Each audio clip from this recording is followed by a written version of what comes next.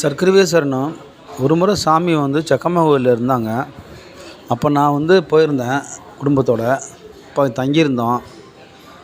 அப்போ சாமிகிட்ட நான் போயிருக்கும்போது, "சாமி டீ வாங்கிட்டு வரவா சாமி?" அப்படின்னு கேட்டேன். "வாங்கிட்டு வா" அப்படின்னாரு. சாமி வாங்கிட்டு வான்னு சொல்கிறதே பெரிய அதிசயம். சரி, நான் இங்கேருந்து கிளம்பி சாமி சொல்லிட்டாங்களேன்னு ஓடி வர்றேன். செக்கம்மா கோயிலிருந்து டீ வாங்க வர கோவம்பட்டி வரணும்.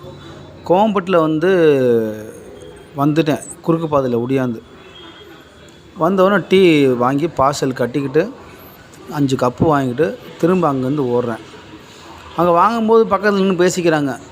என்னென்னா, காரில் ஒருத்தவங்க டீ வாங்க வந்திருக்காங்க சாமிக்கு, பைக்கில் ஒருத்தர் வாங்க வந்திருக்காங்க சாமிக்கு. அவங்களாம் வாங்கிட்டாங்க. அவங்க பைக்கில் போகிறது தானே சீக்கிரம் போயிடுவாங்க, காரில் போகிற சீக்கிரம் போயிடுவாங்கிற இதில் நின்று பேசிகிட்டு இருந்தாங்க போல.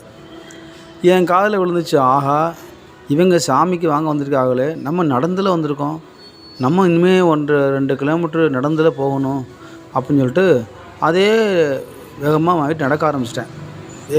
வேகமாக நடந்து வரேன். நடந்தேன்னா காடு மேடுன்னு பார்க்காம குறுக்கு புகுந்து வயல்வெளி காடு அது இதுன்னு ஓடிக்கிட்டே இருக்கிறேன். நிற்கவே இல்லை. ஓடி வேகமாக ஓடி மூச்சு வாங்கி அந்த தோட்டத்துக்குள்ளே ஓடியாந்துட்டேன். நான் பார்த்து சாமி எய்தாப்பு நேரில் வந்துட்டாங்க.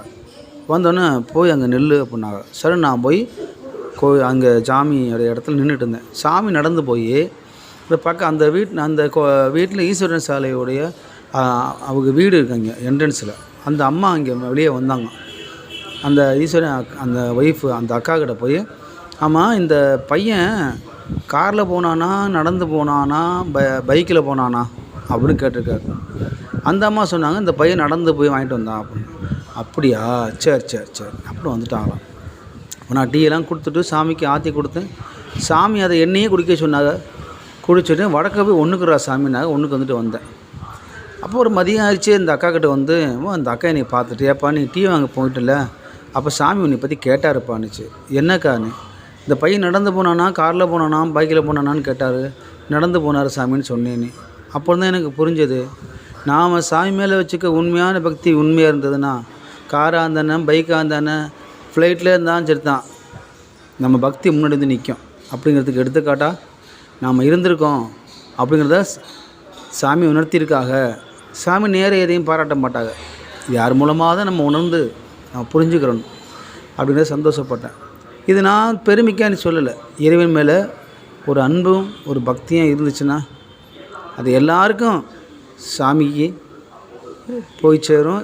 எல்லா பக்தர்களும் அந்த மாதிரி இருக்கணும்னு சாமி எதிர்பார்ப்பாங்கிறதுக்காகத்தான் இந்த கருத்தை சொல்ல வரேன். பகவான் உண்மையான பக்திக்கு என்றைக்கு நம்ம கைவிட மாட்டாங்க. சர்க்கரைவே சரணம்.